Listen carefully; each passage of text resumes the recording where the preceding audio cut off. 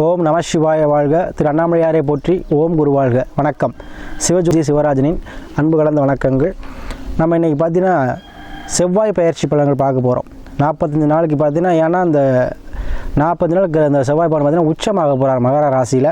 அப்போ ஒவ்வொரு ராசிக்கும் உச்ச பலனை கொடுக்க போகிறார். எந்தெந்த ராசிகள் அதிக பலனை அடைய போகிறது அப்படிங்கிறத பற்றி நம்ம இந்த வீடியோவில் தெளிவாக பார்க்க போகிறோம். அதுக்கு நம்ம சேனல் மெம்பர் பார்த்தீங்கன்னா சப்ஸ்கிரைப் பண்ணிக்கோங்க, ஷேர் பண்ணுங்கள், ஆளுங்கிற ஆப்ஷன் கிளிக் பண்ணிங்க. அப்போ தான் நம்ம போடுற வீடியோ ஒவ்வொன்றும் உங்களுக்கு கிடைக்கும். சரிங்களா? அந்த வகையில் நம்ம பார்க்கக்கூடிய ராசி பார்த்திங்கன்னா கும்பராசி.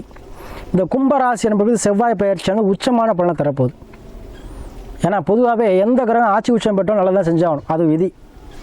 அப்போ சாமி இப்போ கும்பராசி ஜென்ம சனி நடக்குது, நல்லா இருக்குமா, அருமையாக இருக்கும், ஒன்றும் பயப்பட வேண்டிய அவசியம் இல்லை. செம்ம சனினா ஒன்றும் இல்லைங்க, மனதளவில் கொஞ்சம் மன உளத்தில் கொடுக்கும், அவ்வளோதான். அது எல்லா பாக்கியத்தையும் கொடுத்துரும். அதுவும் ஆட்சி பெற்ற சனி உங்களுக்கு நல்ல பலனை தான் செய்யும். ஏன்னா நம்ம செவ்வாய் பயிற்சியை பார்க்கணும். செவ்வாய் உச்சமாகிறார். காலபுருஷனுக்கு 10 மகர ராசியில் உச்சமாகிறார். பார்த்திங்கன்னா வருகிற 5/2/2024 15/3/2024 வரைக்கும் கிட்டத்தட்ட ஒரு 45 நாள் தனுசு ராசியிலேருந்து மகர ராசிக்கு பயிற்சியாகி உச்சமாகிறார். பொதுவாக அந்த கும்பராசி என்பது பார்த்தீங்கன்னா எப்பவுமே ஒரு தனி சிறப்பு கொண்டவங்க, தனி பாதை கொண்டவங்க. எல்லாரும் ஒரு பாதையில் போனால் அவங்க ஒரு பாதையில் போவாங்க. சரிங்களா? எப்பவுமே ஊராக இருந்தாலும் சரி, அவங்க இருக்கிறது மரியாதை கிடைக்கும், அவங்க மரியாதை எதிர்பார்ப்பாங்க, பிறருக்கு உதவி செய்யக்கூடிய மனப்பான்மை இருக்கும், குடும்பத்துக்காக ஒரு சுயநலமாக இருப்பாங்க. ஆனால் கும்ப மரியாதை எங்கே போனால் அவங்களுக்கு கிடைக்கும். கோயில் சார்ந்த திருப்பணிகள் செய்யறதுக்கு ஆர்வமாக இருப்பாங்க. ஏன்னா அவங்களுடைய ராசி பார்த்திங்கன்னா கும்பம், கலசம். அந்த கலசத்துக்கு எங்கே போனாலும் மதிப்பு உண்டு. அத்தகைய கும்பராசி நண்பர்களுக்கு இப்போ வருகிற அந்த செவ்வாய் பயிற்சியானது 40 நாள் உச்சமான பலன் தரப்போகுது. ஏன் சாமி செவ்வாய் பயிற்சி போடுறோம் அப்படின்னா, செவ்வாய் தான் வெற்றி அப்படிங்கிற சொல்லுக்கு கிரகம் பார்த்தீங்கன்னா செவ்வாய். தன்னம்பிக்கை, தைரியம், வீரியம் எல்லாம் செவ்வாய். தம்பி உடையான் படைக்கு அஞ்சான்னு சொல்லுவாங்க. அப்போ தம்பி உடையாங்கிறது யார்? தம்பிங்கிறது செவ்வாய். அப்போ செவ்வாய் உச்சமாகும்போது உங்களுக்கு தம்பி உடையான் படைக்க அஞ்சாகும் போது செவ்வாய் உச்சம் உங்கள் உடல்நலம் அதிக ஆரோக்கியம் மேம்படும். அப்போ கும்பராசி நம்ம யாராக இருந்தாலும் சரி, உடலை பார்த்துருந்தாலும் சரி, அவங்களுக்கு ஆரோக்கியம் முதல்ல மேம்படுங்க. ஏன்னா ரத்தத்துக்கு சொந்தக்காரன், சிவப்பு நிறத்துக்கு சொந்தக்காரன். நான் போடுற உடைக்கு சொந்தக்காரனே சிகப்பு தான். அதனால தான் எல்லோரும் சிகப்பு அணிஞ்சு அம்மன், ஒருத்தருக்கு அம்மன் அருள் வேணும்னா சிவப்போட அணிஞ்சு தான் அம்மனை வழிபடுவாங்க. ஏன்னா சக்தி ரூபம் அம்மன். அப்போ அந்த அம்மனுக்கு உரிய நிறம் இது செவ்வாய். அப்போ அந்த அதுக்குள்ள கிரகம் செவ்வாய். அம்மனுக்கு தனி கிரகம் அது வேறு இருந்தாலும் நிறத்தில் செவ்வாய் தான். அப்போ சக்தியின் சொரூபம் தான் செவ்வாய். அப்போ செவ்வாய்க்கு தான் என்னது? செவ்வாய் தான் சிகப்பு நிறம். சரிங்களா? அப்போ அந்த அத்தைய செவ்வாய்க்காரன் தான் உடலில் ரத்தத்துக்கு சொந்தக்காரன். அப்போ ஒருத்தருக்கு ஹீமோகுளோபின் கம்மியாக இருக்குன்னா செவ்வாய் வீக்காக இருக்குன்னு அர்த்தம். ஒருத்தருக்கு அதிகமாக பிளட் டொனேட் பண்ணுறாருன்னா செவ்வாய் உச்சமாக இருக்குன்னு அர்த்தம். ஒருத்தர் போலீஸ் வேலை பார்க்குறாரா, செவ்வாய் உச்சம் நல்லா இருக்குன்னு அர்த்தம். மிலிட்ரி வேலை பார்க்குறாரா, உச்சமாக இருக்குன்னு அர்த்தம். சில பேர் பார்த்தீங்கன்னா கலெக்டரு, ஐஏஎஸ், ஐபிஎஸ் உதவிபதிகளாக இருப்பாங்க. அப்போ சூரியன் கூட சேர்க்கை இருக்கும். செவ்வாய் பலமாக இருந்து சூரியன் சேர்க்கை. மாதிரி கிரக சேர்க்கையை பொறுத்து அவங்களுடைய தொழில் மாறுபடும், உத்தியோகம் மாறுபடும். ஆனால் ஒருத்தர் காக்கி ட்ரெஸ் போட்டு ஒரு வேலை பார்க்கணும் அப்படின்னா செவ்வாய் நல்லா இருக்கணும். அதேபோல் மருத்துவத்துறையில் பார்த்தீங்கன்னா அறுவை சிகிச்சை மருத்துவராக இருப்பாங்க, சிறந்த நிபுணராக இருப்பாங்க, அறுவை சிகிச்சையில் பல் டாக்டராக இருப்பாங்க. சில பேர் கனரக இயந்திரங்கள் இயக்குவாங்க, ஜேசிபி, லாரி, டிராக்டரு, இந்த மாதிரி விஷயமெல்லாம் செவ்வாய் பகவான் தான். ஒரு விவசாய பூமியினாலும் செவ்வாய் பகவான் தான். சனி ப்ளஸ் செவ்வாய் அது வேறு. சரிங்களா? ஆனால் செவ்வாயுடைய காரத்தத்துவம் தான் இங்கே செயல்படும்.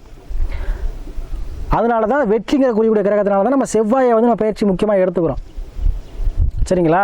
அத்தை இந்த கும்பராசி பார்த்தீங்கன்னா இப்போ செம்மச்சனியாக போயிட்டுருக்கு. செம்மச்சனியாக பயப்பட வேண்டாம். ஆட்சி பெற்ற சனி நல்லா செய்யும். மனதை மட்டும் என்ன பண்ணணும்? பக்குவப்படுத்திக்கணும். எந்த விஷயம் நடந்தால் நல்லது தான் நடக்குது அப்படிங்கிற சிந்தனை கொண்டு வந்தீங்கன்னா செம்ம சனி உங்களை பாதிக்காது, மற்ற எந்த விஷயத்தையும் பாதிக்காதுங்க. சரிங்களா? அதுவும் உங்களுடைய ஜாதகத்தில் சனி நல்ல இல்லாமல் வந்தால் மட்டும் தான் அதையும் செய்யும். நல்ல 3-6 போனதுன்னா உங்களுக்கு எதுவும் பாதிக்காது, பயப்பட வேண்டாம். அதே போல் உங்களுடைய 3ஆம் பாவத்துக்கும் என்ன பண்ணுறார்?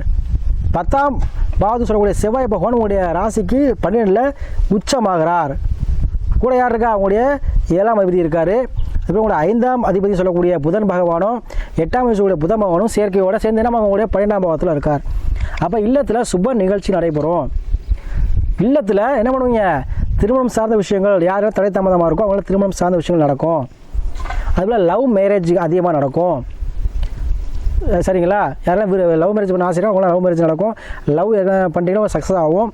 அதே போல் எதிர்பாராத அதிர்ஷ்டம் கிடைக்கும் மனைவி மூலமாக.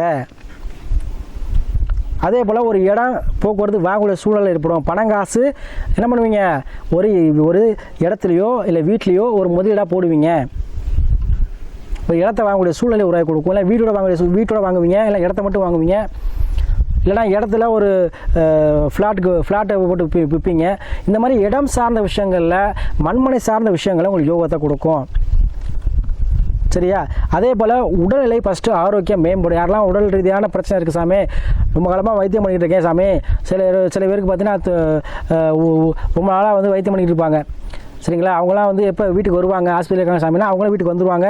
ஏன்னா செவ்வாய் தான் உடல்காரன். கண்டிப்பாக உடல்நிலை வந்து தேகத்தில் பலமாகும். கண்டிப்பாக உடல் ஆரோக்கியத்தில் மேம்படும். அதேபோல் 11 சுக்கிரன் இருக்கார். பண விஷயத்தில் இருந்த பிரச்சனை தீரும். பணம் சேமிக்கூடிய தன்மையை உருவாக்கி கொடுக்கும். யாரெல்லாம் உத்தியோகம் சாமி, உத்தியோக சார்ந்த விஷயத்தில் உங்களுக்கு இருந்த தடை தாமத்தை நீக்கி கொடுப்பாரு. அதே போல் யாரெல்லாம் இன்டர்வியூ அட்டன் பண்ண சாமி, ஒரு போட்டி எக்ஸாம், காம்படி எக்ஸாம் எழுதலாமானா கண்டிப்பாக நீங்கள் எழுதலாம். அதில் சக்ஸஸ் கொடுக்கும். ஏன்னா யூனிஃபார்ம் போட்ட வேலை பார்க்குறதுக்கு கண்டிப்பாக செவ்வாயோட அனுக்கிரகம் வேணும். உச்சமட்டுகளை கண்டிப்பாக எக்ஸாம் எழுதுங்க. யாரெல்லாம் செவ்வாய் பலமாக இருக்கோ அவங்களாம் கண்டிப்பாக நீங்கள் வேலைக்கு போயிடுவீங்க. அதே போல் 2ல் ராகு இருக்கிறனால ஆசைகள் பிரம்மாண்டமாக இருக்கும். வருமானமும் அதுக்கேற்ற மாதிரி அந்த 45 நாள் அருமையான வருமானத்தை கொடுக்கும். இடம் விட்டு இடம் போகக்கூடிய சூழ்நிலை உருவாக்கி கொடுக்கும். கண்டிப்பாக உத்தியோகத்துக்காகவோ தொழிலுக்காகவோ இருக்க இடத்த விட்டு கொஞ்சம் போய் வேலை பார்க்கக்கூடிய 10 கிலோமீட்டர் 5 கிலோமீட்டர் அது மாதிரி போகக்கூடிய வேலை தன்மையை உங்களுக்கு கொடுத்துறோம். சரிங்களா? அதுபோல் 3ல் குரு இருக்கிறார். கண்டிப்பாக முயற்சிகள் அனைத்தும் ஏற்படும். உங்களுக்கு திருமணம் சார்ந்த விஷயத்தில் இருந்த தடை தாமதம், எவ்வளோ பிரச்சனை இருந்தாலும் சரி, எவ்வளோ தோஷமாக இருந்தாலும் சரி, கண்டிப்பாக நிவர்த்தியாக திருமணம் நடக்கும். ஏன்னா சில பேர் சொல்லுவாங்க செவ்வாய் தோஷம் இருக்குது, அதனால் வந்து திருமணம் தலையிட்டே சாமி சொல்லுவாங்க. என்னை பொறுத்த வரைக்கும் அனுபவ ரீதியாக சொல்கிறேன், செவ்வாய் தோஷங்கள் ஒன்றும் இல்லவே இல்லை. செவ்வாய் நல்லா இருந்தால் மட்டும்தான் ஒரு ஆணோ ஒரு பெண்ணோ தாமதத்தில் ஒரு மகிழ்ச்சியான நிலையை அடைய முடியும். அதனால் செவ்வாய் கேந்திரத்துலையோ திரியோணத்துலையோ அவசியம் இருக்கணும். சரிங்களா? நம்ம ஜாதகத்தில் ரூல்ஸில் இருக்கிற மாதிரி 2ல் இருந்தால் தோஷம், 4ல் இருந்தால் தோஷம், 7ல் இருந்தால் தோஷம், 12ல் தோஷம், அதெல்லாம் தோஷமே கிடையாது. எந்த கிரகத்துக்குமே வலுவிழந்து இருந்தாலும் சரி, நீசமாக இருந்தாலும் சரி, வக்கரமாக இருந்தாலும் சரி, அது தோஷம் தான். அது செவ்வாய்க்கு மட்டும் கிடையாது. அதனால் கண்டிப்பாக செவ்வாய் தோஷங்கள் ஒன்று நிலவையில் பரிகாரம் தனியாக கிடையாது. எல்லா கிரகங்களையும் போலவே தான் செவ்வாயும். அதனால் செவ்வாய் தோஷம் கண்டிப்பாக இல்லை. சரிங்களா? உண்மையாக நீசமானால் தான் உண்மையான தோஷம். அது ஆணாக இருந்தாலும் சரி, பெண்ணாக இருந்தாலும் சரி, எந்த கிரகத்துக்கும் பொருந்தும். அதனால் யாராக இருந்தாலும் சரி, எத்தகைய தோஷமாக இருந்தாலும் சரி, இந்த காலகட்டம் செவ்வாய் உச்சமாகும் பொழுது உங்களுக்கு கண்டிப்பாக வந்து திருமணம் சார்ந்த விஷயம் நடக்குங்க. குழந்தைக்கு பாக்கியமும் கண்டிப்பாக கிடைக்கும் இல்லாதவங்களுக்கு. அதே போல் மறுமணம் சார்ந்த விஷயம் கண்டிப்பாக அதிகமாக நடக்கும். அதே போல் யாரெல்லாம் பிரிஞ்சிருக்கோம் சாமி, குடும்பத்தில் ஒரு பிரச்சனை நடந்து கணவன் பிரிஞ்சிருக்கோம் சொல்லக்கூடிய யாராக இருந்தாலும் பிரிவினை ஒன்று சேர்ந்துருவீங்க. அதே போல் காலபுருஷன் 10ல் வந்து உச்சமாகிறார். கண்டிப்பாக தொழில் இந்த தொழில் ரீதியான பிரச்சனை அதே தீர்ந்துருங்க.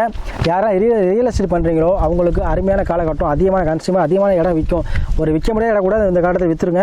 அதை இது பண்ணிக்கோங்க. அதே போல் இந்த ராசியில் பார்த்தீங்கன்னா மகராசியில் தான் உத்திராடம், திருவோணம், அவிட்டம். இப்போ உத்திராடத்தில் போகும்போது அரசு சார்ந்த அனுகூலம் கிடைக்கும்.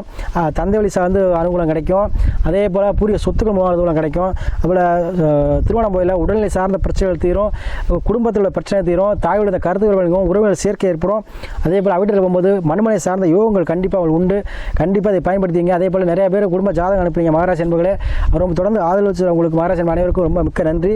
அதே போல் எந்த ஒரு முடிவு எடுக்கும்போதும் ஜோதிடரை கன்சல்ட் பண்ணி எடுங்க. ஏன்னா சில நம்ம ஜாதகம் பார்க்கும்போது சொல்கிறீங்க, இந்த மாதிரி சொல்லிதான் சாமி நான் சரியானது அப்படின்னு நிறைய சொல்கிறீங்க. அதுக்காக சொல்கிறேன், எந்த முடிவுமே ஒரு வழிகாட்டியோட ஆலோசனை செய்யுங்க. அப்போ தான் உங்களுக்கு சக்ஸஸ் ஆகும். அது பின்னாடி யோசிச்சு ஒன்றும் பண்ண முடியாது. அதனால் நீங்கள் அந்த எடுக்கக்கூடிய முடிவு எதாவது புதிதாக தொடங்கும்போது சரி, எதுவும் புதிதாக செய்யும்போது சரி, ஆலோசனை பட்டு செய்யுங்க. உங்கள் வழியை தேர்ந்தெடுங்க, சரியாக பார்த்து தேர்ந்தெடுங்க. இல்லை சக்ஸஸ் ஆகுங்க. அந்த சக்ஸஸ் ஆகக்கூடிய காலகட்டம் தான் இந்த 45 நாள். அனைத்து விஷயமே நீங்கள் வந்து சக்ஸஸ் ஆக போது நம்பிக்கையோடு செயல்படுங்க.